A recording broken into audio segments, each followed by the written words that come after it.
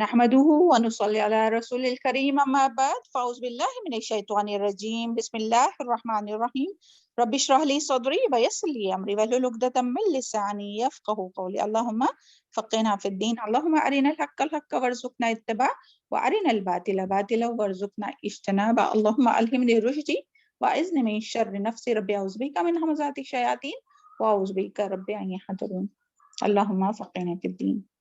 السلام علیکم ورحمۃ اللہ وبرکاتہ۔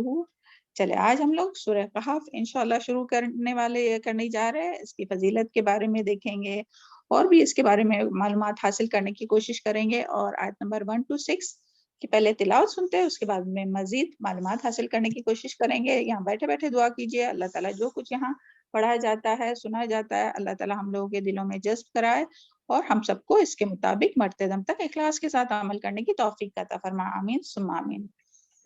جی یہ تلاوت شروع کیجیے۔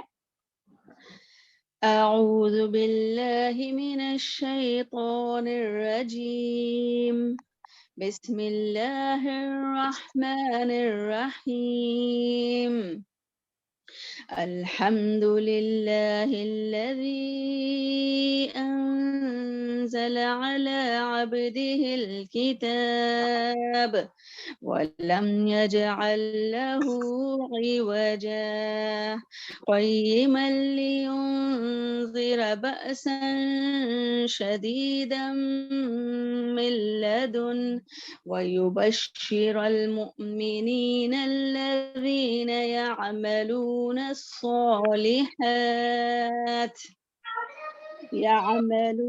الصالحات أن لهم أجرا حسنا ماكثين فيه أبدا وينذر الذين قالوا اتخذ الله ولدا ما لهم به من علم ولا لآبائهم كبرت كلمة تخرج من أفواههم إن يقولون إلا كذبا فلعلك باخع نفسك على آثارهم إن لم يؤمنوا بهذا الحديث أسفا صدق اللہ العظیم۔ جزاک اللہ خیر، بارک اللہ فی علمک و صالح عملک۔ چلے آتے ہیں ہم لوگ سورہ کہف۔ پہلے تو اس کا نام کہف جو ہے اس کا کیا معنی ہے؟ اعوذ باللہ من الشیطان الرجیم بسم اللہ الرحمن الرحیم رب اشرح لی صدری ویسر لی امری واحلل عقدۃ من لسانی یفقہوا قولی۔ دیکھیے کہف کا معنی جو ہے وہ غار کے ہے نا، اور اس سورہ میں جو ہے وہ اصحاب الکہف کا واقعہ بیان کیا گیا ہے، اس لیے سورہ کا جو نام ہے وہ سورہ کہف کہا جاتا ہے۔ اور ہم سب جانتے ہیں کہ کہف کا معنی غار ہے، اور غار میں انسان کب جاتا ہے؟ غار میں انسان حفاظت کے لیے پناہ کے لیے استعمال کرتے ہیں نا۔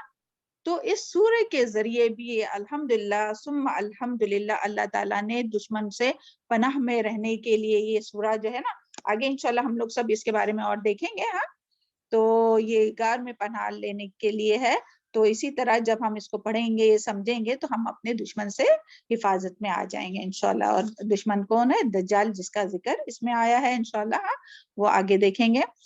اس کی فضیلت کے بارے میں، سورہ الکہف کی فضیلت کے بارے میں کہ ابو سعید خدری رضی اللہ عنہ روایت کرتے ہیں کہ نبی کریم صلی اللہ علیہ وسلم نے فرمایا جو شخص جمعے کے دن سورہ الکہف پڑھے تو یہ سورہ دونوں جمعوں کے درمیان اس کے لیے نور کا باعث ہوگا۔ اسے حاکم نے روایت کیا ہے، سبحان اللہ۔ تو ہم امید کرتے ہیں کہ جو بھی اس مجلس میں ہے وہ بھی، اور جو بھی سننے والے ہیں جب بھی جہاں بھی سنیں گا، تو ہم امید کرتے ہیں کہ ہر ایک کی روٹین ہوں گی، اور ہر ایک جو ہے وہ اس کے اوپر عمل کرتا ہوگا، اس حدیث پر، نبی صلی اللہ علیہ وسلم کی اس حدیث پر کہ ہر جمعہ کو جو ہے وہ سورہ کہف کی تلاوت کرتے ہیں، ہے نا۔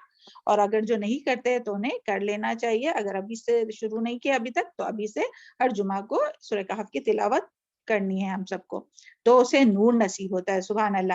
تو دیکھیں یہ نور جو ہے نا، تو وہ نور جو ہے وہ انسان کے نور سے کیا مراد ہے؟ رہنمائی ایک طرح سے نا. تو اللہ تعالیٰ اس نور کے ذریعے ہماری دنیا میں بھی اور آخرت میں بھی رہنمائی فرمائیں گے. سبحان اللہ. پھر اسی طرح حدیث میں آتا ہے کہ نبی کریم صلی اللہ علیہ وسلم نے فرمایا جس نے سورہ الکہف کو اس طرح پڑھا جس طرح یہ نازل ہوئی ہے تو قیامت کے دن یہ اس کے لیے نور ہوں گی. یہ بہقی کی روایت ہے، اور ہم سب جانتے ہیں قیامت کا دن جو ہے وہ کتنے اندھیرا کا دن ہوگا، اور ہر ایک کو نور کی ضرورت ہوگی.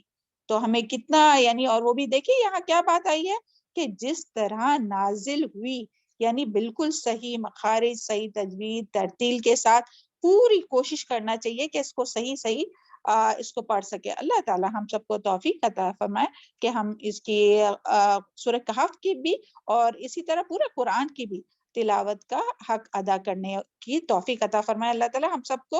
اور اگر نہیں بھی آتی ہے تو اس کے لیے سیکھنے والا بنائے، اس کے لیے کوشش کرنے والا بنائے، کیونکہ اللہ تعالیٰ تو کوشش دیکھتے ہیں نا، یہ نہیں دیکھتے کہ کتنا آپ میں پرفیکشن ہے، اب کوشش کتنی کر رہے اپنی تلاوت کو درست کرنے کے لیے، اپنے قرآن کو صحیح کرنے کے لیے. تو اللہ تعالیٰ ہم سب کو کوشش کرنے کی توفیق عطا فرمائے. چلے اس کے بعد اور اس کے بارے میں آتا ہے کہ اس کے پڑھنے سے گھر میں سکینت اور برکت نازل ہوتی ہے. سبحان اللہ.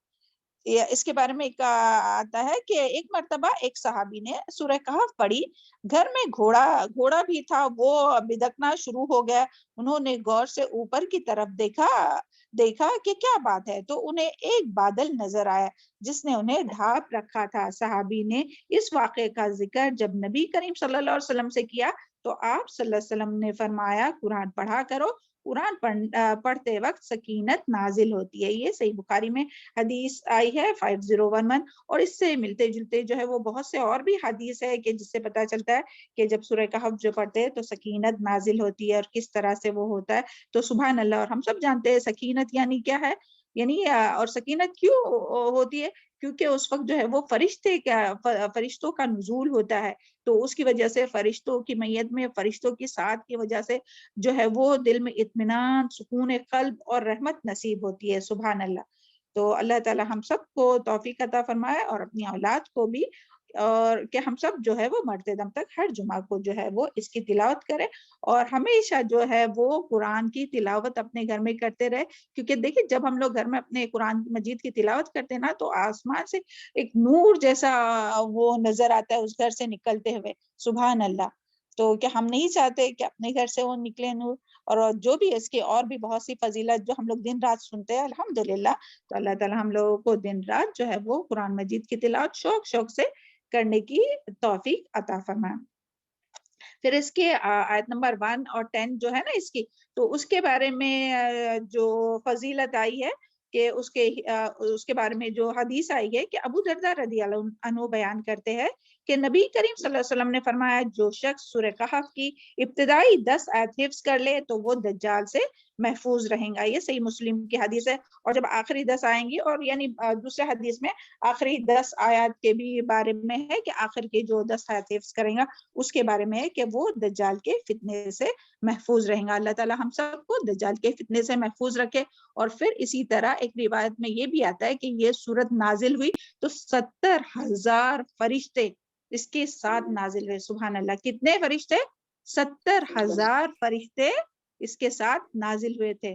تو یعنی اس سے بھی اس کی بلندی اور اس کے شان کے بارے میں ہمیں پتہ چلتا ہے نا کہ یہ کتنی عظمت والی سورہ ہے. سبحان اللہ. جو آج ہم لوگ سیکھنے کے لیے جو ہے وہ سننے کے لیے یہاں جمع ہوئے. اللہ تعالیٰ آپ سب کا یہاں آنا بیٹھنا قبول فرمائے اور اللہ تعالیٰ ہم سب کو استقامت نصیب فرمائے نا. چلے اور اس میں یعنی اس سورہ کا جو ٹاپک ہے نا، جو موضوع ہے، اس کے جو مضامین ہیں، تو اس میں سب سے پہلے تو آیت نمبر 1 to 10 میں جو ہے وہ عقیدہ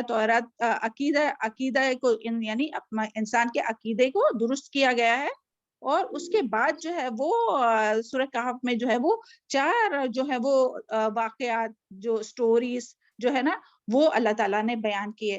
اور ہم سب جانتے ہیں کہ جو قرآن کی جو واقعات ہوتے ہیں، جو سٹوریز ہوتے ہیں، وہ من گھڑت نہیں ہوتے بلکہ بالکل حق اور سچے ہوتے ہیں، ہے نا. اور یہ اللہ تعالیٰ کی طرف سے یعنی حق پر مبنی ہوتے ہیں. یہ دنیا کی جو سٹوریز جو لوگ بناتے ہیں اس کی طرح نہیں ہوتے بلکہ حق کا ہوتے. اور اللہ تعالیٰ یعنی یہ سٹوریز دیکھیں کتنی بار آتا ہے نا کہ اللہ تعالیٰ کس سے کہانیاں واقعات جو ہے وہ قرآن میں بتاتے ہیں. تو کیوں اللہ تعالیٰ کیوں بیان کرتے ہیں کس سے کہانیاں واقعات جو ہے وہ قرآن مجید میں؟ کیونکہ ہر انسان کہانی کس سے سننے میں دلچسپی رکھتا ہے نا.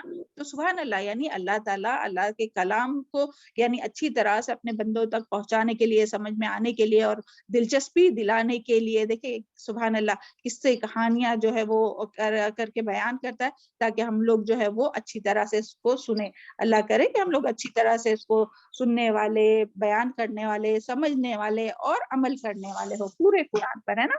اور اس سورہ میں جو ہے وہ سورہ الکہف میں 4 کہانیاں, 4 سٹوریز ہم لوگ پڑھیں گے.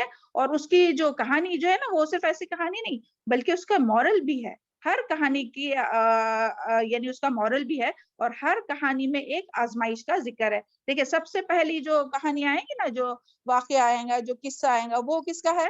اصحاب الکہف کا, ہے نا. اس میں ایمان کی آزمائش کا ذکر ہے. کس کا ذکر ہے؟ اصحاب الکہف کے جو واقعہ جو آئے گا نا غار والے, تو اس میں کس کا ہے؟ ایمان کی آزمائش کا ذکر ہے. یعنی جب دنیا ساری ایک طرف چل دے. اور یاد رکھے آزمائش جو ایمان کی آزمائش ہے نا وہ سب سے بڑی آزمائش ہے.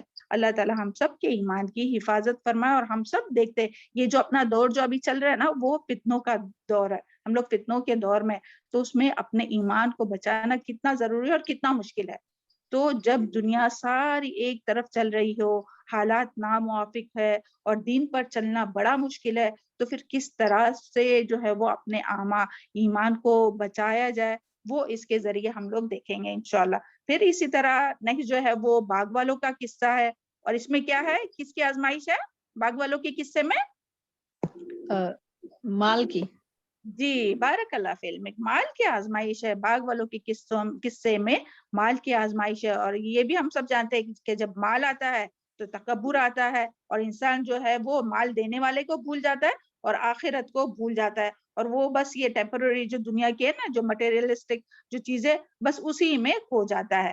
تو یہ جو ہے وہ سیکنڈ والے اس میں جو ہے وہ باغ والے قصے میں یہی مال کی آزمائش کے بارے میں بتایا گیا ہے. پھر اسی طرح تیسرا جو ہے وہ خضر اور موسیٰ علیہ السلام کا واقعہ ہے, جس میں کس کی آزمائش ہے, کوئی بتائے گا؟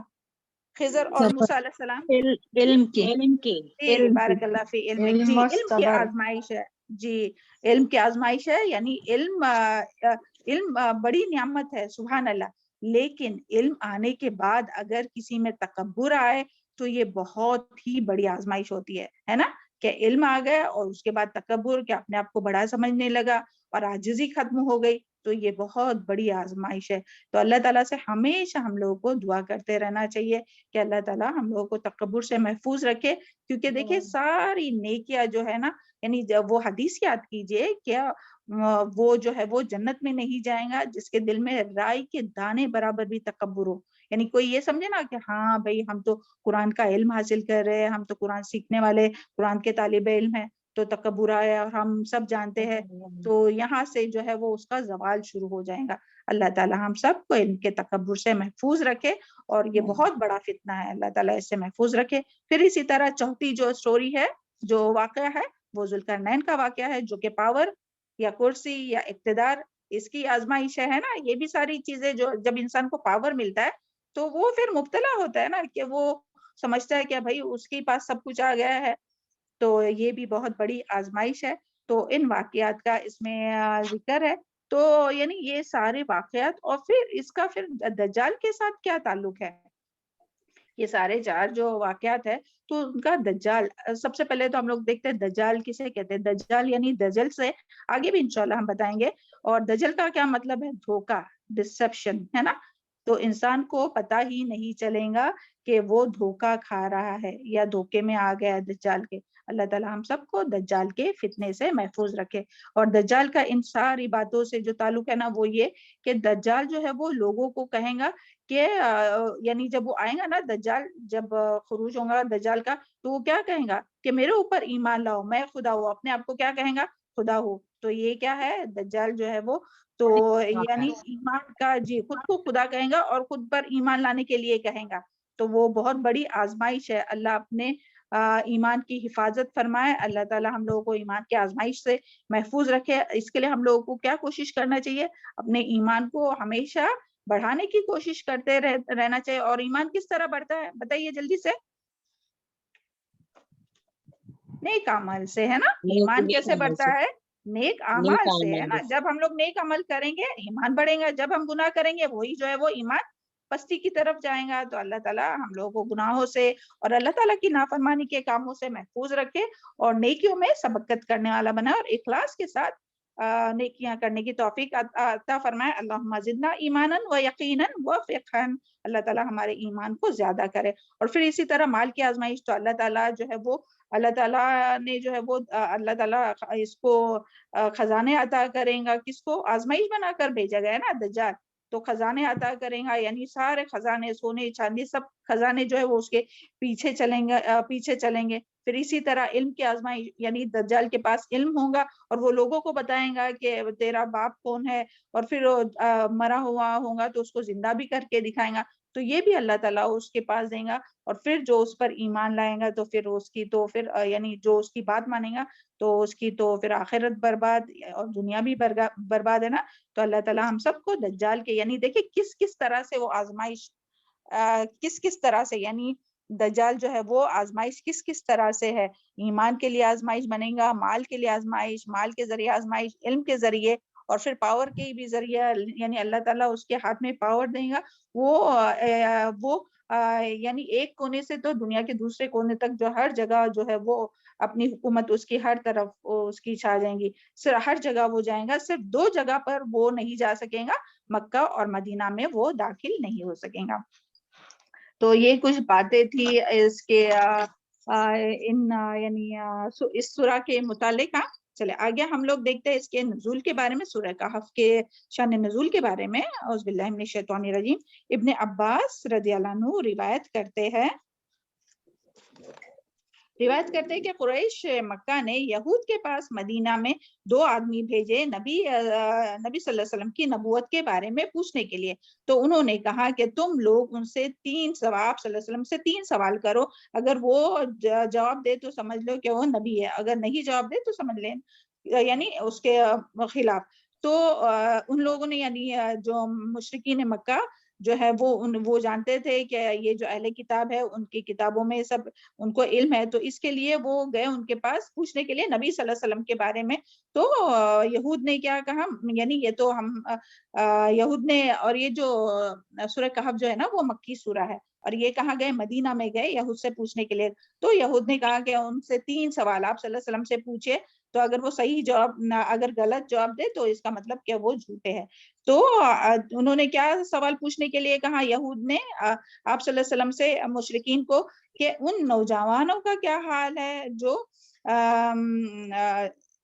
کیا حال ہے جو اپنے شہر سے نکل گئے تھے، جو دور جا کر جو بات کرو جو اپنے شہر سے نکل گئے تھے، یعنی اصحاب کہف کے بارے میں۔ پھر اسی طرح اس شخص کا واقعہ جس نے زمین کے مشرقی اور مغرب میں سفر کیا، یعنی ذوالقرنین کے بارے میں، اور روح کے بارے میں جس کا ہم لوگ پچھلی سورہ بنی اسرائیل میں الحمدللہ پوری ڈیٹیل پڑھ چکے تھے۔ تو سبحان اللہ، جب آپ صلی اللہ علیہ وسلم کے پاس آئے اور سوال کیا تو آپ صلی اللہ علیہ وسلم نے فرمایا کہ میں کل بتاؤں گا، مگر آپ صلی اللہ علیہ وسلم انشاءاللہ کہنا بھول گئے۔ تو 15 دن تک جو ہے وہ وحی کا جو ہے وہ نزول نہیں ہوا۔ پھر اور پھر لوگ جو ہے وہ باتیں کرنے لگے کہ یہ جو ہے وہ آپ صلی اللہ علیہ وسلم بالکل یعنی آپ صلی اللہ علیہ وسلم کے خلاف باتیں کرنے لگے۔ تو اللہ تعالیٰ نے پھر یعنی جبرائیل علیہ السلام کے ذریعے وحی نازل کی، تو یہاں سے جو ہے وہ اور پھر یہ جو سورہ کہف کا جو نزول ہوا، سبحان اللہ۔ ابھی ہم لوگ دیکھتے ہیں آیت اعوذ باللہ من الشیطان الرجیم، بسم اللہ الرحمن الرحیم۔ الحمد للہ الذی انزل علی عبدہ الکتاب ولم یجعل لہ عوجا۔ الحمدللہ، سب تعریف اللہ کے لیے ہے۔ الذی، وہ ذات، انزلہ، جس نے اتارا، علی عبدہ، اپنے بندے پر، الکتاب، کتاب کو، ولم، اور نہیں، یجعل، بنایا، اس کے لیے، لہو، اس کے لیے، عوجا، کوئی ٹیڑھا پن۔ تو دیکھیں کس سے شروع ہو رہی ہے، سبحان اللہ، یہ سورہ جو ہے وہ کس سے شروع ہو رہی ہے؟ الحمدللہ سے. اور سورہ بنی اسرائیل جو تھی وہ کہاں ختم ہوئی تھی؟ کہ اللہ تعالیٰ نے کیا حکم دیا تھا کہ آپ کہیے کہ الحمدللہ کہنے کا حکم دیا تھا نا اللہ تعالیٰ نے کہ اللہ تعالیٰ کی تعریف اور حمد بیان کیجئے. تو یہاں دیکھیے الحمدللہ سے جو ہے وہ سورہ الکہف جو ہے وہ شروع ہو رہی ہے. اور یہ جو ہے وہ الحمد کے کیا معنی ہے؟ یہ دیکھیں الحمد جو ہے اس کی کیا معنی ہے؟ یعنی ایسی تعریف، اللہ تعالیٰ کی تعریف، یعنی ایسی تعریف جس میں محبت اور تعظیم ہو. تو سبحان اللہ، الحمدللہ جب ہم لوگ کہتے ہیں نا تو یہ تعریف یعنی یہ تعریف اور شکر کا کلمہ ہے. تعریف بھی یعنی اللہ تعالیٰ کی ہم تعریف ثنا بھی بیان کرتے ہیں اور شکر بھی ادا کرتے ہیں. سبحان اللہ. تو یہ بہت عظیم کلمہ ہے اور بہت اس کی فضیلت ہے الحمدللہ کہنے کی. یہاں بیٹھے بیٹھے پہلے تو الحمدللہ کیجئے کہ اللہ تعالیٰ نے آج اس وقت ہم لوگوں کو اس مجلس میں بیٹھنے کی توفیق عطا فرمائے جہاں کہ ہم قرآن مجید کو سن رہے اور پڑھ رہے ہیں نا. الحمدللہ. تو اللہ کا شکر ادا کیجئے اس بات پر. اور یہاں جو آیا ہے نا الحمدللہ وہ بھی ہم لوگ دیکھتے ہیں کہ یہاں جس مقصد سے آیا اس سے پہلے مگر چند باتیں الحمدللہ کے سے ریلیٹڈ. دیکھیے الحمدللہ جو ہے نا وہ قرآن مجید کی ابتدا جو ہے وہ کس سے ہوتی ہے؟ سورہ فاتحہ سے. تو سورہ فاتحہ میں اسٹارٹنگ میں کیا ہے؟ الحمدللہ ہے نا. تو الحمدللہ سے قرآن کی ابتدا ہوئی اور کل 5 صورتوں میں صورتوں کی ابتدا جو ہے نا وہ الحمدللہ سے ہوتی. ایک تو سورہ فاتحہ، دوسری سورہ الانعام، تیسری سورہ الکہف جو ابھی ہم لوگ پڑھ رہے ہیں الحمدللہ، اور پھر سورہ سبا اور سورہ الفاتر.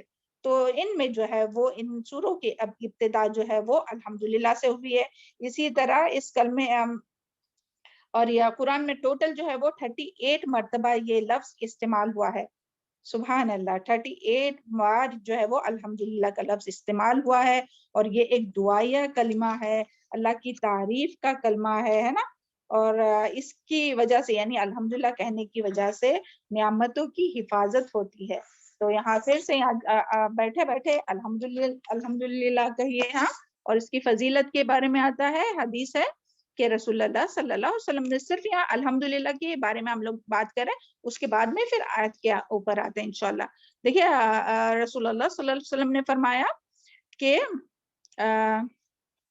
سب سے افضل ذکر لا الہ الا اللہ ہے اور سب سے افضل دعا الحمدللہ. تو سبحان اللہ یہاں الحمدللہ کو کیا کہا گیا؟ دعا ہے. سبحان اللہ. ہم لوگ سمجھتے ہیں کہ صرف حمد و ثنا ہے مگر یہ دعا ہے. یعنی جب الحمدللہ ہم لوگ کہتے ہیں نا تو یہ کہنا جو ہے وہ دعا ہے. سبحان اللہ. اور اللہ تعالیٰ کو بہت پسند ہے وہ بندے جو اللہ تعالیٰ کی حمد اور تعریف بیان کرتے ہیں. اور الحمدللہ کہنا جو ہے وہ نعمتوں کی حفاظت ہوتی ہے اس سے. اللہ تعالیٰ اور نعمتوں میں اضافہ کرتے ہیں الحمدللہ کہنے سے.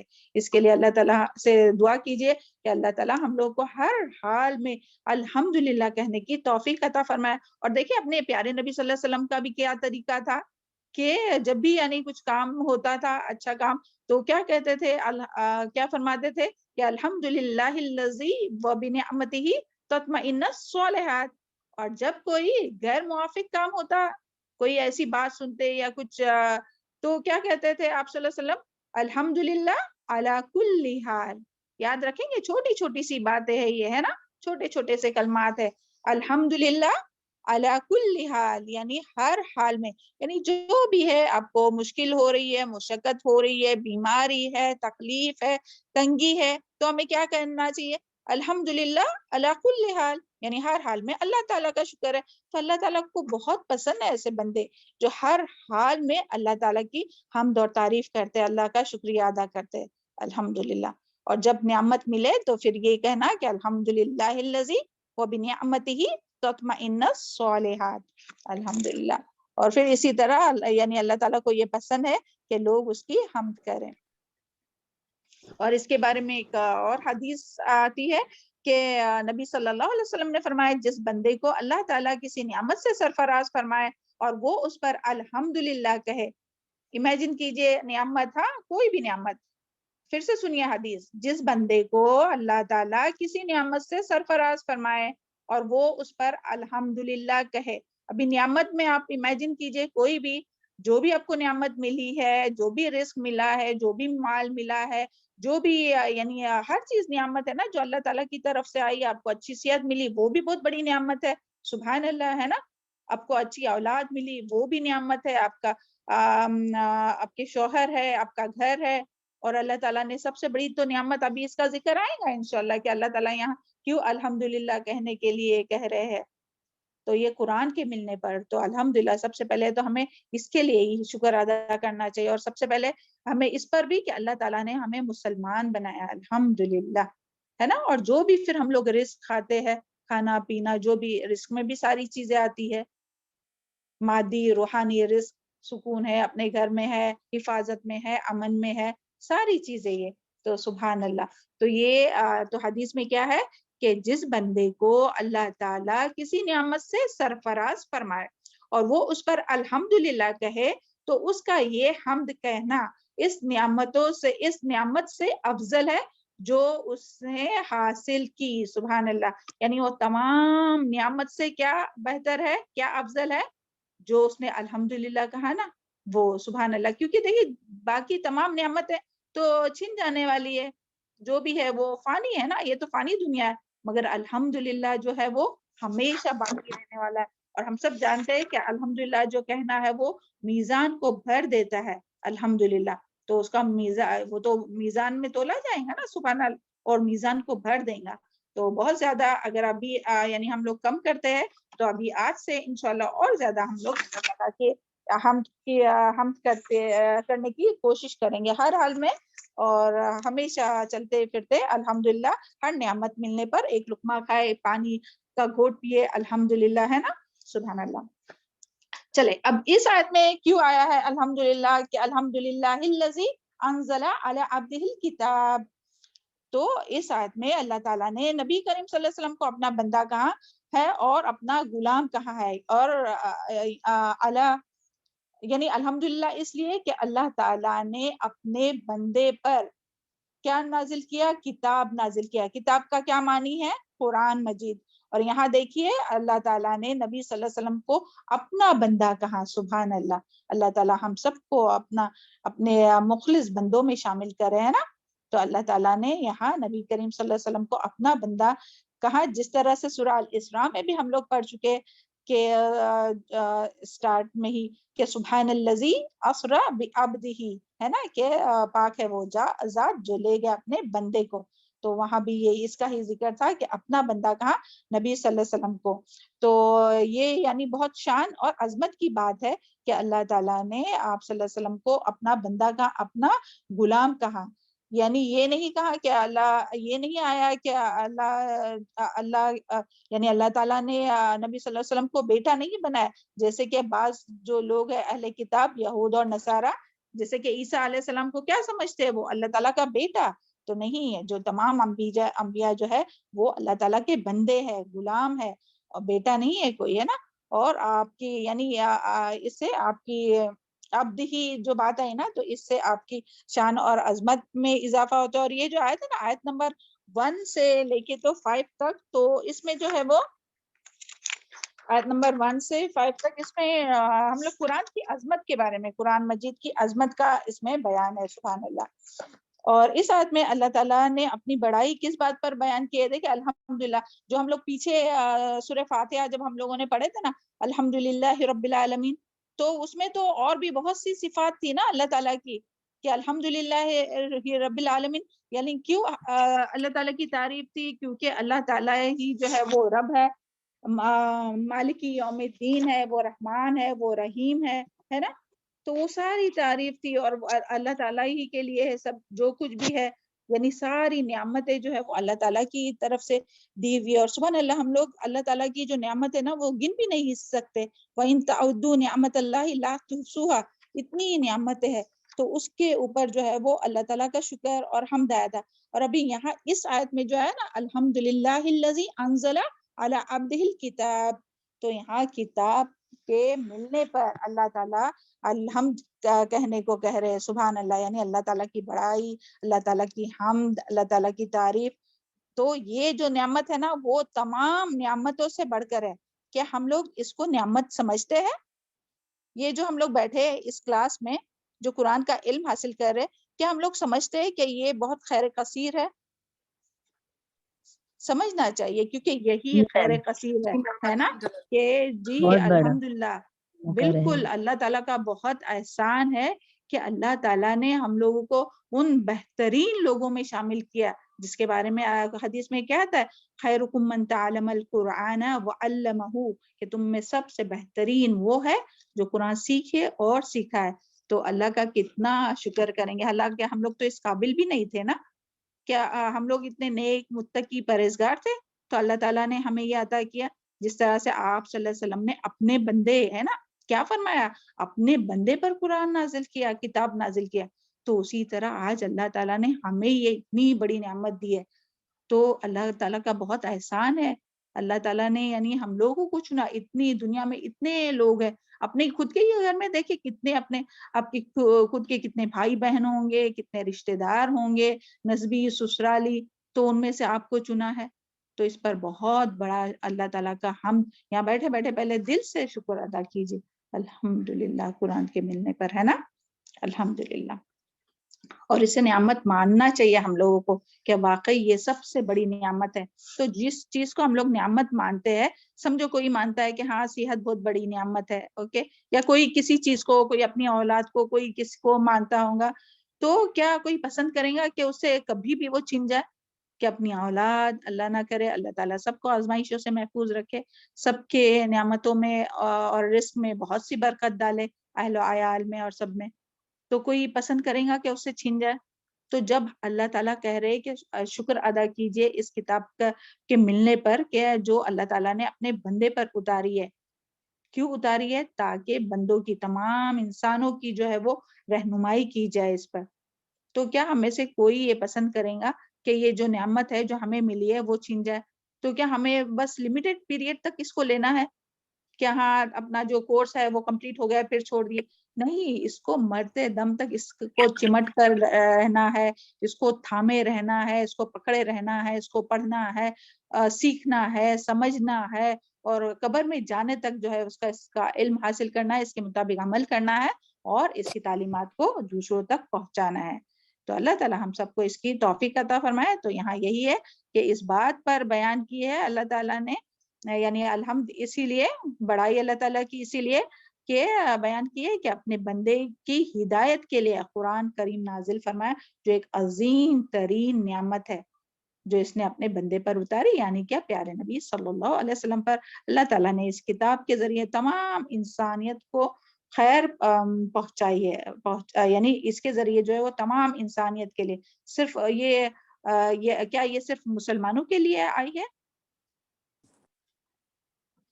یہ کتاب؟ سب کیا کے صرف لیے آئی، سارے سب جنے کے لیے آئی. جی ساری تمام انسانیت کے لیے آئی ہے. انسانوں کے لیے، بالکل تمام انسانوں کے لیے جو کتاب ہے، تمام انسانوں کے لیے، اور تمام انسانوں تک ان ہوا الا ذکر للعالمین، یہ ذکر ہے، یہ نصیحت ہے تمام جہان والوں کے لیے. تو تمام جہان والوں تک کون پہنچائے گا؟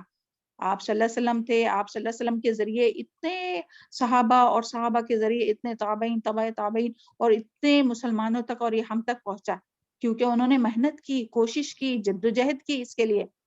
ہم لوگ آج کتنا پہنچانے کی کوشش کرتے ہیں اس کو، اور کتنا اس پر خود عمل کرنے کی کوشش کرتے ہیں.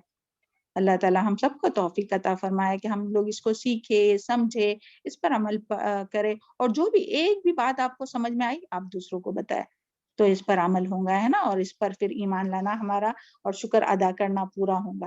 ورنہ تو ہم لوگ زبانی کہیں گے کہ ہاں الحمدللہ کہ اللہ تعالیٰ نے ہم کو قرآن کا طالب علم بنایا، اور عمل نہیں کریں گے تو کیسے چلیں گا، ہے نا. چلے آگے دیکھتے ہیں. پھر اسی کتاب کے بارے میں اللہ تعالیٰ کیا فرماتے ہیں، یہ کیسی کتاب ہے، اور اللہ تعالیٰ نے یہاں کیا فرمایا، الذی انزل، یعنی اللہ تعالیٰ نے ہی یہ نازل کیا ہے. یہ آپ صلی اللہ علیہ وسلم نے خود نہیں کر لیا، بلکہ جیسے کہ مشرکین مکہ سمجھتے تھے کہ اللہ آپ صلی اللہ علیہ وسلم نے خود کر لیا، تو یہ اللہ تعالیٰ نے ہی نازل کیا اور اپنے بندے پر نازل کیا ہے. اور یہ کتاب کیسی ہے، جس میں کوئی بھی ولم یجعل لہ عوجا، یعنی اس میں کوئی بھی جو ہے وہ ٹیڑھ پن نہیں ہے، اس میں کوئی بھی جو ہے وہ ٹیڑھ پن نہیں ہے. یعنی اس کتاب قرآن میں کوئی ٹیڑھ پن، کجی، کوئی کمی، کوئی کنفیوژن، کوئی کانٹراڈکشن، کوئی دکھتا ہے اس میں؟ نہیں، بالکل یعنی درست الف اعوذ باللہ من الشیطان الرجیم، پہلی کتاب کیا، پہلی آیت کیا نازل ہوئی ہے؟ الف لام میم ذالک الکتاب لا ریب فیہ ھدی للمتقین، اس میں کوئی شک نہیں ہے۔ تو اللہ تعالیٰ نے پہلے ہی، اور دیکھیں 23 سال میں یہ جو ہے وہ قرآن مجید نازل ہوا، 23 سال میں۔ تو مگر 23 سال میں یعنی ایسا نہیں کہ جو پہلے کی تعلیمات تھی وہ رب آؤٹ ہوئی اور پھر دوسری آئی، پھر وہ رب آؤٹ ہوئی، پھر جیسے کہ سائنٹسٹ لوگ کیا کرتے کہ کچھ ان کی تھیوری کچھ رہتی ہے، پھر وہ فیل ہوتی ہے، پھر بولتے نہیں نہیں وہ غلط تھا، یہ ابھی نہیں آ گئی، ہے نا۔ تو مگر یہ قرآن مجید میں کوئی کمی، کوئی کوتاہی، کوئی کنفیوژن، کوئی کانٹراڈکشن کچھ بھی نہیں ہے، بالکل درست ہے۔ کیوں؟ کیونکہ یہ اللہ تعالیٰ کی طرف سے آئی ہے، اور اللہ کے علاوہ کسی اور کی طرف سے آئی ہوتی ہے تو کیا ہوتا ہے اس میں اختلاف ہوتا، کجی ہوتی، کوتاہی ہوتی۔ اس کا ذکر سورہ نساء میں آیا ہے، اللہ تعالیٰ فرماتے ہیں وَلَوْ كَانَ مِنْ عِنْدِ غَيْرِ اللَّهِ لَوَجَدَ فِيهِ اخْتِلَافًا كَثِيرًا۔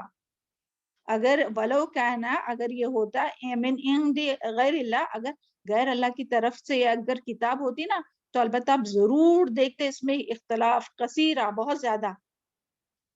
تو دیکھیں اس میں ایک بھی اختلاف ہے قرآن مجید میں؟ نہیں، بالکل بھی کوئی بھی ایک بھی اختلاف نہیں ہے، کوئی بھی کنفیوژن نہیں ہے، کوئی بھی کانٹراڈکشن نہیں ہے، کوئی تضاد، کوئی کمی کوتاہی بالکل بھی نہیں ہے، بالکل درست ہے۔ سبحان اللہ، ٹیرپن بالکل بھی نہیں ہے۔ آگے اس کا ذکر ہے، درست ہے وہ، ہاں۔ اور کیا ہے، کیسی ہے یہ کتاب؟ قیما لینذر بأسا شدیدا من لدنہ ویبشر المؤمنین الذین یعملون الصالحات ان لہم اجرا حسنا۔ قیما، درست کرنے والی ہے، لینذر، تاکہ ڈرائے، بأسا شدیدا، سخت عذاب سے، من لدنہ، اس کے پاس سے، ویبشر، اور خوشخبری دے دے، مومنین، ان مومنوں کو، جو الذی، وہ جو، یعملون، عمل کرتے ہیں، صالحات، اچھے نیک، ان لہم اجرا حسنا، بے شک ان کے لیے اچھا اجر ہے، اللہم اجعلنا منہم۔ تو یہاں جو ہے وہ پھر کیا بات آئی ہے اس میں؟ 13 پن نہیں ہے، وہ تو ہو گیا، یہاں پھر آیا کہ درست کرنے والی ہے تاکہ ڈرائے سخت عذاب سے۔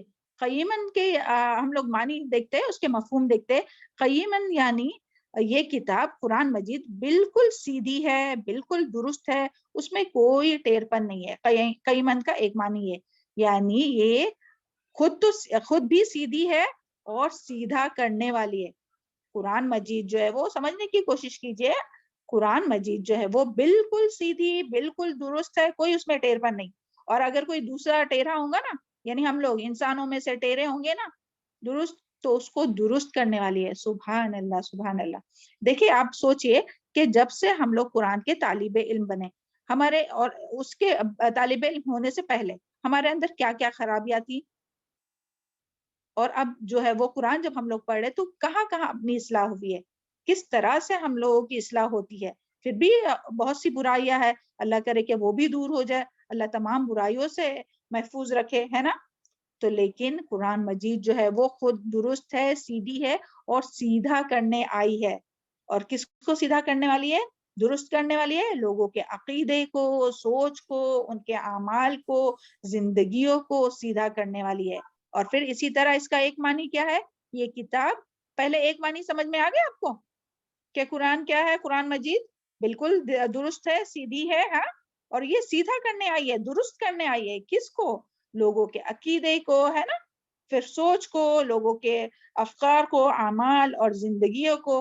اور پھر اس کا دوسرا معنی، یہ کتاب نگران ہے اور باقی تمام آسمانی کتابوں کی نگرانی کرتی ہے، حفاظت کرنے والی ہے۔ سبحان اللہ، یعنی پہلی جتنی بھی جو صحیح آسمانی کتابیں جو تھے، تورات، انجیل، زبور، جتنی بھی کتابیں تھی تو اس کی جو صحیح جو ہے نا، تو اس کی حفاظت کرتی ہے، یعنی جو تحریف نہیں ہوئی، جو کچھ صحیح باتیں تھی تو اس کی جو ہے وہ یہ کتاب جو ہے وہ تصدیق کرتی ہے۔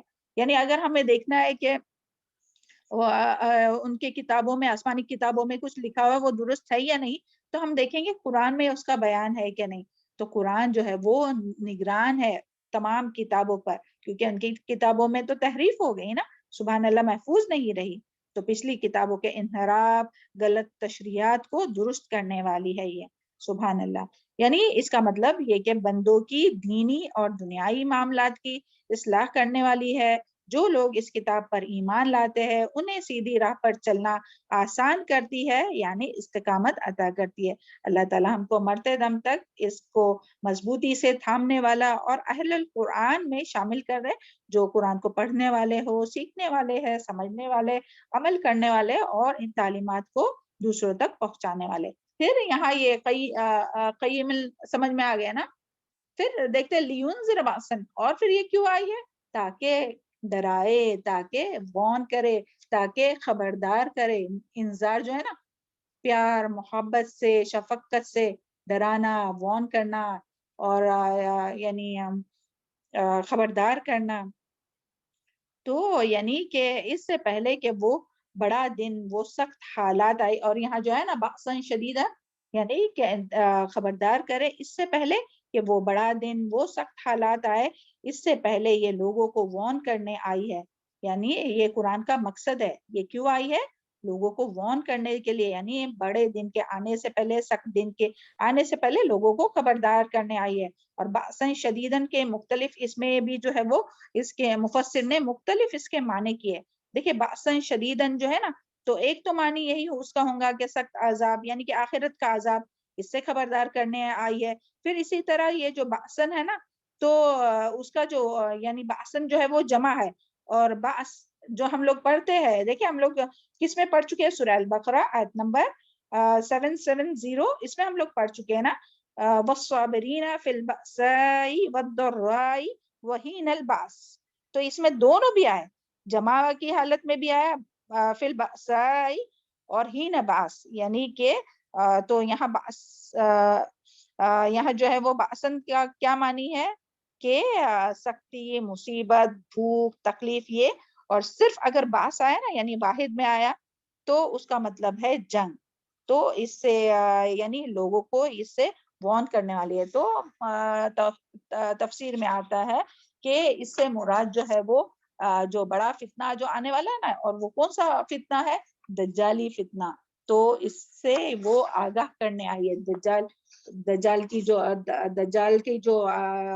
فتنہ ہے نا، تو اس سے یہ جو قرآن جو ہے وہ آگاہ کرنے آئی ہے. یعنی قیامت سے بہت بڑی آفت مراد ہے.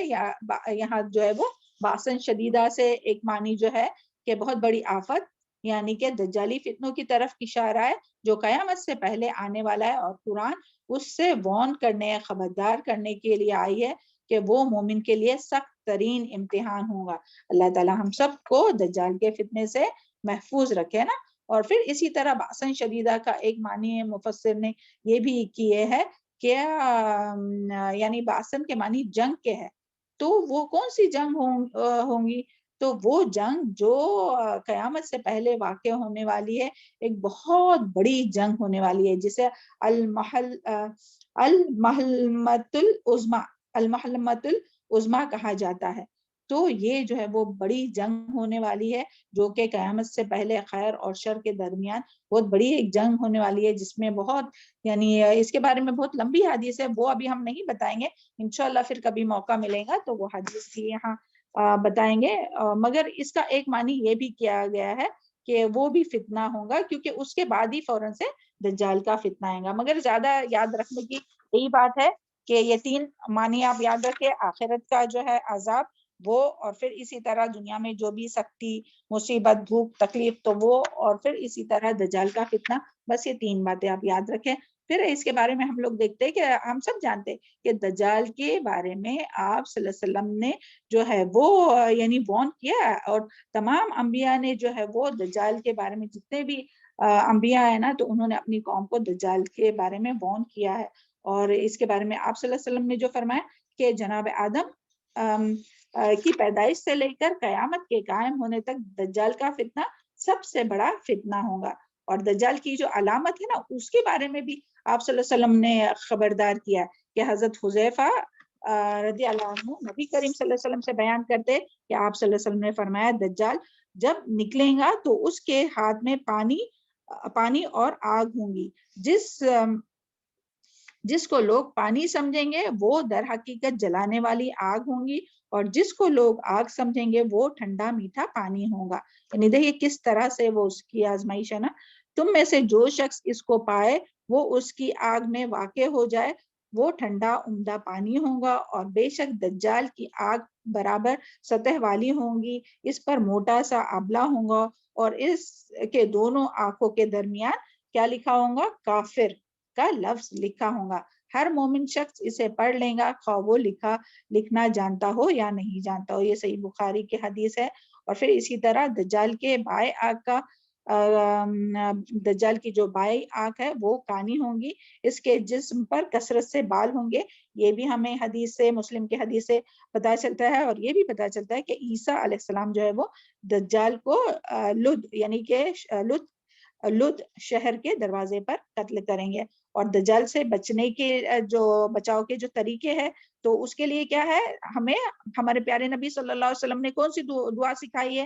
کوئی بتائے گا دجال کے فتنے سے بچنے کے لیے کون سی دعا سکھائی ہے آپ صلی اللہ علیہ میم وسلم؟ تحیات میں جو ہم پڑھتے ہیں نا، جی ہاں، جو ہم لوگ آخری تشہد میں جو ہم لوگ پڑھتے ہیں نا، وہ جو دعا الحمدللہ وہ ہم لوگ ڈیلی پڑھتے ہیں، ہر نماز میں پڑھتے ہیں نا، سبحان اللہ۔ اور پھر اسی طرح سورہ کہف کی بھی یہاں جو بات آئی تھی نا کہ سورہ کہف کے ابتدائی اور آخری جو ہے وہ آیت حفظ کریں گا، سبحان اللہ۔ اور پھر اسی طرح قرآن سے چمٹ کر رہنا، اس کو پڑھنا، سمجھنا، عمل کرنا۔ پھر یہ بھی ہم لوگ جانتے ہیں کہ مکہ اور مدینہ میں جو ہے وہ دجال داخل نہیں ہو سکیں گا، یعنی فرشتے اس کو روک لیں گے وہاں۔ تو سبحان اللہ۔ چلے آگے ہم لوگ دیکھتے ہیں، اور یہ کتاب جو ہے وہ کیوں آئی ہے؟ وَبَشِّرِ الْمُؤْمِنِينَ الَّذِينَ يَعْمَلُونَ الصَّالِحَاتِ أَنَّ لَهُمْ أَجْرًا حَسَنًا، اور یہ کتاب مومنوں کو خوشخبری دینے کے لیے آئی ہے، ان لوگوں کو جو مومن ہے، جو نیک عمل کرتے ہیں، یعنی ایمان کے ساتھ۔ دیکھیں صرف ایمان لانے کی بات نہیں آئی ہے کہ جو ایمان لائیں گے، جو مومن ہوں گے تو ان کے لیے جو ہے وہ خوشخبری ہے، نہیں، بلکہ ایمان کے ساتھ عمل صالح ضروری ہے۔ اور کوئی بھی انسان عمل صالح کب زیادہ سے زیادہ عمل صالح کر سکتا ہے؟ جب وہ قرآن اور سنت کا علم حاصل کرے گا، ہر کام کس طرح سے کرنا ہے، کس طرح سے لوگوں سے معاملات کرنا ہے، کس طرح سے صبح سے لے کر شام تک اپنی ڈیلی روٹین کے کام کرنا ہے۔ تو جب ہم لوگ علم ہی نہیں حاصل کریں گے تو عمل صالحہ تو نہیں کر سکتے نا۔ اور یعنی عمل صالح یعنی ہر عمل جو ہے وہ خالص اللہ تعالیٰ کی رضا کے لیے اور قرآن اور سنت کے مطابق، تو اس کے لیے ہمیں قرآن کو مضبوطی سے تھامنا ضروری ہے نا۔ اللہ تعالیٰ ہم سب کو قرآن مجید کا علم حاصل کرنے کی توفیق عطا فرمائے اور اس کا شوق عطا فرمائے، اور ان کے لیے، اور پھر ایسے لوگوں کے لیے کیا بہترین اجر ہے آخرت میں، اور نہ ماننے والوں کے لیے خبردار کرنے والی ہے، یعنی سخت عذاب ہے۔ تو دیکھیں یعنی ہم لوگ اس میں پڑھ چکے کہ کتاب کے ملنے پر کس کی بات کی؟ شکر سکھایا گیا کہ شکر الحمدللہ سے بات کی گئی۔ پھر شکر وہی کرتا ہے جو اس کو نعمت سمجھتا ہے، اور پھر جو اس کو نعمت سمجھے گا وہی اس کو اس سے چمٹ کر رہے گا، اور وہی لوگ جو ہے وہ بأساً شدیدہ یعنی سخت عذاب سے، چاہے پھر وہ دنیا کے فتنے ہو اور عذاب ہو یا آخرت کے فتنے ہو، اللہ تعالیٰ ان لوگوں کو محفوظ رکھے گا۔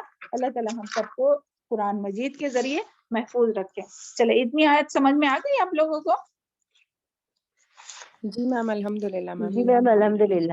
جی الحمدللہ۔ چلے آگے دیکھتے ہیں، ماکسین رہنے والے ہے، فی ہی ابدا، اس میں ہمیشہ ہمیشہ، سبحان اللہ۔ دیکھیں ہمیشہ کیا آتا ہے؟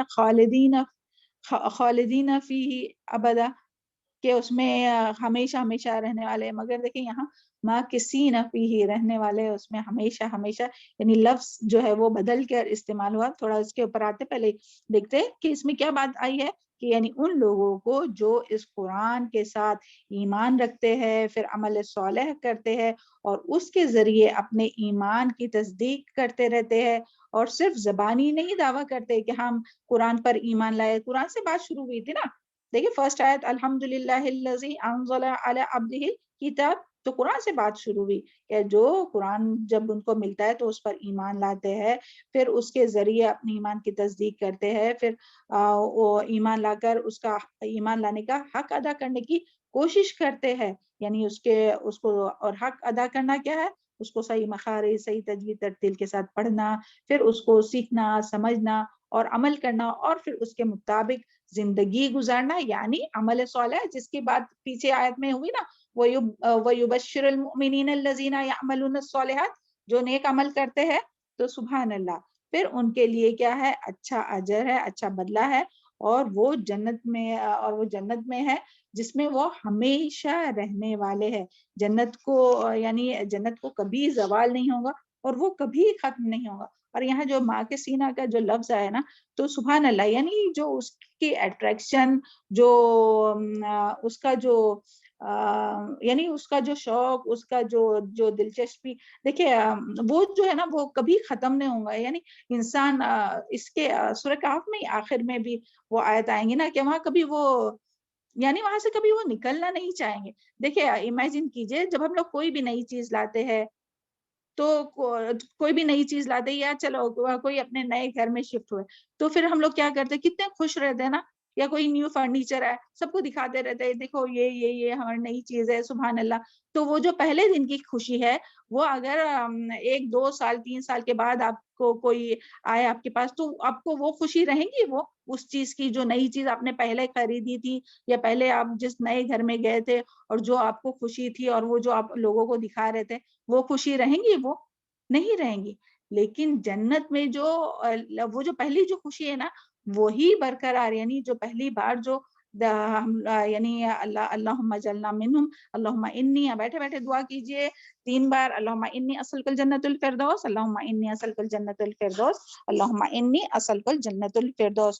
کیونکہ جو جنت کا سوال کرتا ہے 3 بار تو جنت کیا کرتی ہے، دعا کرتی ہے اللہ تعالیٰ اس کو داخل کر جنت میں۔ اور 3 بار پھر پناہ بھی مانگنا چاہیے ہم لوگوں کو، اللہم انی اعوذ بک من عذاب جہنم، اللہم انی اعوذ بک من عذاب جہنم، اللہم انی اعوذ بک من عذاب جہنم۔ تو جہنم دعا کرتی ہے کہ اللہ تعالیٰ اس کو مجھ میں نہیں ڈال۔ تو سبحان اللہ، تو یعنی کہ اس میں یعنی کبھی بھی وہ بوریت نہیں ہوں گی اور وہ ہمیشہ خوشی رہیں گی۔ یہاں اسی لیے دیکھیں خالدین، وہ ہمیشہ اس میں رہنے والے وہ نہیں آیا بلکہ ماں کی سین فیہ ابدا، کہ اس میں رہنے والے ہیں۔ تو وہ سبحان اللہ، یعنی قرآن کا جو ایک لفظ جو ہے نا تو اس کی بہت وسعت، اور سبحان اللہ، اللہ تعالیٰ ہم لوگوں کو اللہم فقہنی فی الدین وعلمنی التاویل، اللہ ہم لوگوں کو اس کی سمجھ عطا فرمائے نا کہ ہم لوگ اس کو ایک لفظ کو سمجھ سکے، اس کو اپنے دل میں جذب کر سکے، یاد رکھ سکے اور اس کے مطابق اپنی زندگی گزار سکے۔ تو یہ جو ہے وہ جو پہلے ٹائم کی جو خوشی رہیں گی نا جنت میں جانے کی تو وہ ہمیشہ برقرار رہیں گی۔ تو امیجن کیجئے کہ کتنی خوبصورت جنت ہے، اور پھر اس میں اللہ تعالیٰ کا دیدار، سبحان اللہ، اللہ تعالیٰ ہم سب کو اللہ تعالیٰ کا دیدار نصیب فرمائے، جنت الفردوس کے بلند درجات عطا فرمائے، اور ہر وہ عمل کرنے کی توفیق عطا فرمائے جو جنت کے قریب کر دے۔ اللہم انی اسألک الجنہ وما قرب الیہا من قول او عمل، اللہ تعالیٰ ہمیں جنت اور ہر وہ بات اور عمل کرنے کی توفیق عطا فرما، جنت الفردوس کے بلند درجات عطا فرما، اور ہر وہ عمل اور بات کرنے کی توفیق عطا فرما جو جنت کے قریب کر دے۔ وَأَعُوذُ بِكَ مِنَ النَّارِ، اور پناہ دے اللہ تعالیٰ ہم لوگوں کو جہنم سے، وَأَعُوذُ بِكَ مِنَ النَّارِ، اور ہر وہ بات اور عمل سے بچائے جو جہنم کے قریب کر دے۔ اور اللہ تعالیٰ ہم سب کو قرآن سے ہمیشہ جوڑے رکھے اور اس نعمت سے بہت بھرپور فائدہ حاصل کرنے والا بنائے اللہ تعالیٰ ہم سب کو، اس کو سیکھنے والا، سمجھنے والا، اور اس کے مطابق مرتے دم تک اخلاص کے ساتھ عمل کرنے والا بنائے۔ کیونکہ اگر اخلاص نہیں ہوگا نا، ہم عمل تو کریں گے، دن رات محنت کریں گے، کیونکہ اللہ تعالیٰ نے تو انسان کو پیدا ہی کیا مشقت کے لیے نا، لقد خلقنا الانسان فی کبد، مشقت کے لیے۔ لیکن اگر ہمارا اخلاص نہیں ہوگا، نیت نہیں اچھی ہوگی، دکھاوا ہوگا، ریاکاری ہوگی کہ ہاں لوگوں کو معلوم پڑے کہ ہاں دیکھو اس کو یہ بھی آتا ہے وہ بھی آتا ہے، تو یہ ساری نیکیاں جو ہے وہ ضائع ہو جائیں گی۔ عاملۃ ناصبہ تصلی نارا حامیہ، یعنی کام کر کر کے تھک گئے ہوں گے اور جہنم میں جائیں گے۔ اللہم لا تجعلنا منہم، اللہ تعالیٰ ہم لوگوں کی نیتوں کو محفوظ رکھے، اخلاص عطا فرمائے اور ہم لوگ کو ریاکاری سے محفوظ رکھے۔ اللہم طہر قلبی من النفاق وعملی من الریاء ولسانی من الکذب۔ چلے آگے دیکھتے ہیں۔ وَيُنذِرَ الَّذِينَ قَالُوا اتَّخَذَ اللَّهُ وَلَدًا، اور ڈرانے والی ہے ان لوگوں کے لیے جنہوں نے کہا بنا لیا اللہ نے ایک بیٹا یا بچہ۔ تو اس میں جو ہے وہ ایک طرف یہ کتاب تمام انسانیت کو خبردار کرنے والی ہے، اور دوسری طرف پیچھے آیا تھا نا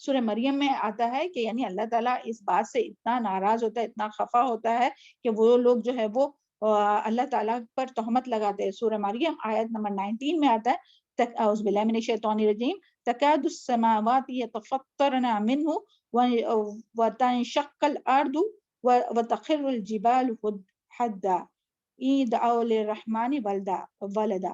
قریب ہے کہ اس بات کی وجہ سے آسمان پھٹ جائے. یعنی اتنا غصہ آتا ہے اللہ تعالیٰ کو جب کوئی ایک بیٹا مانتا ہے نا، بیٹا مانتا ہے یعنی کہ امیجن کیجئے کہ کوئی جو ہے وہ آپ کے سامنے کوئی اسٹیچو کو پوج رہا ہے، کوئی اللہ تعالیٰ کو بیٹیاں قرار دے رہا ہے، کوئی عیسیٰ علیہ السلام یعنی چرچ میں جا رہے ہیں. تو امیجن کیجئے کہ اس وقت اللہ تعالیٰ کتنے غصے میں ہوں گے کہ کوئی اللہ کو چھوڑ کر جو ہے دوسروں کی عبادت کر رہے ہیں اور دوسروں کو اللہ تعالیٰ کا بیٹا مان رہے ہیں. تو اتنا غصے میں ہوگا اللہ تعالیٰ کہ قریب ہے کہ اس بات کی وجہ سے آسمان پھٹ جائے اور زمین شک ہو جائے اور پہاڑ ریزہ ہو جائے کہ رحمان کو اولاد قرار دیتے ہیں وہ لوگ. تو سبحان اللہ، یعنی ہم لوگ کو کتنا ڈرنے کی ضرورت ہے اور کتنا دوسروں کو وارن کرنے کی ضرورت ہے. مگر کہاں ہم لوگ کرتے یہ کام، روکنے کی کوشش کرتے دوسروں کو. اللہ توفیق عطا فرمائے. اور پھر اسی طرح قبورت کلماتن جو ہے نا، تو اس کا کیا مطلب ہے کہ اللہ پر افطرا پردازی یعنی کہ جھوٹ باندھنا ہے، تہمت لگانا ہے، یعنی اللہ کی اولاد کہنا اللہ کے غضب کو بڑھانے والی بات ہے اور اس سے بڑھ کر کوئی بات نہیں ہے. اور ایک حدیث میں آتا ہے کہ ابن آدم کو یہ زیب نہیں دیتا کہ وہ مجھے گالی دے، اور اس کا گالی دینا یہ ہے کہ وہ میری اولاد ٹھہرا ہے. یہ جو ہے وہ کیا بات ہے، اللہ تعالیٰ کو گالی دینا ہے. تو اللہ تعالیٰ ہم لوگوں کو توفیق عطا فرمائے کہ ہم لوگ جو ہے وہ لوگوں کو شرک سے بچا سکے. مگر کیا ہم لوگ دعوت دیتے ہیں نان مسلم کو؟ ہم لوگ تو اپنے ہی رشتے دار جو ہے اگر وہ شرک کرتے ہیں تو ان کو بھی روکنے کے لیے اتنی کوشش نہیں کرتے جتنی کہ کرنی چاہیے. اللہ ہم سب کی رہنمائی فرمائے اور حکمت عطا فرمائے. تو دیکھیں قیامت کے دن اللہ تعالیٰ حضرت عیسیٰ علیہ السلام سے پوچھیں گے کیا تم نے کہا تھا کہ اللہ تعالیٰ کو بیٹا بنا؟ تو عیسیٰ علیہ السلام نے فرمایا، تو عیسیٰ علیہ السلام کہیں گے کہ اللہ میں نے نہیں کہا، تجھے پتا ہے جو میرے دل میں، اور میں نہیں جانتا جو تیرے دل میں ہے. تو سبحان اللہ، اللہ تعالیٰ ہم سب کو توفیق عطا فرمائے کہ لوگوں کو شرک سے ہم لوگ بچا سکے. چلے آخری آیت ہے فَلَعَلَّكَ بَاخِعٌ، بس شاید کہ آپ ہلاک کرنے والے ہیں نفس کا، اپنی جان کو، علی آثارہم، ان کے پیچھے ان کے آثار پر، ان لم یؤمنوا، اگر نہ وہ ایمان لائے، بہذا الحدیث، اس کلام کے ساتھ، اسفا، بہت افسوس کر کے. دیکھیں پھر سے یہاں قرآن کی بات آئی ہے، یہ آیت نمبر 5، یہ پوری 5 آیت میں قرآن کے بارے میں زیادہ بات تھی. پھر یہاں اللہ تعالیٰ کیا فرما رہے ہیں کہ آپ صلی اللہ علیہ وسلم جو ہے وہ آپ صلی اللہ علیہ وسلم کو اتنا افسوس ہوتا تھا کہ اس بات پر، کس بات پر افسوس ہوتا تھا کہ لوگ اس قرآن پر، یہ جو ہے یہاں جو ہے نا فَلَعَلَّكَ بَاخِعٌ نَفْسَكَ عَلَىٰ آثَارِهِمْ إِن لَّمْ يُؤْمِنُوا بِهَٰذَا الْحَدِيثِ. تو یہ حدیث، یہ بات کون سی؟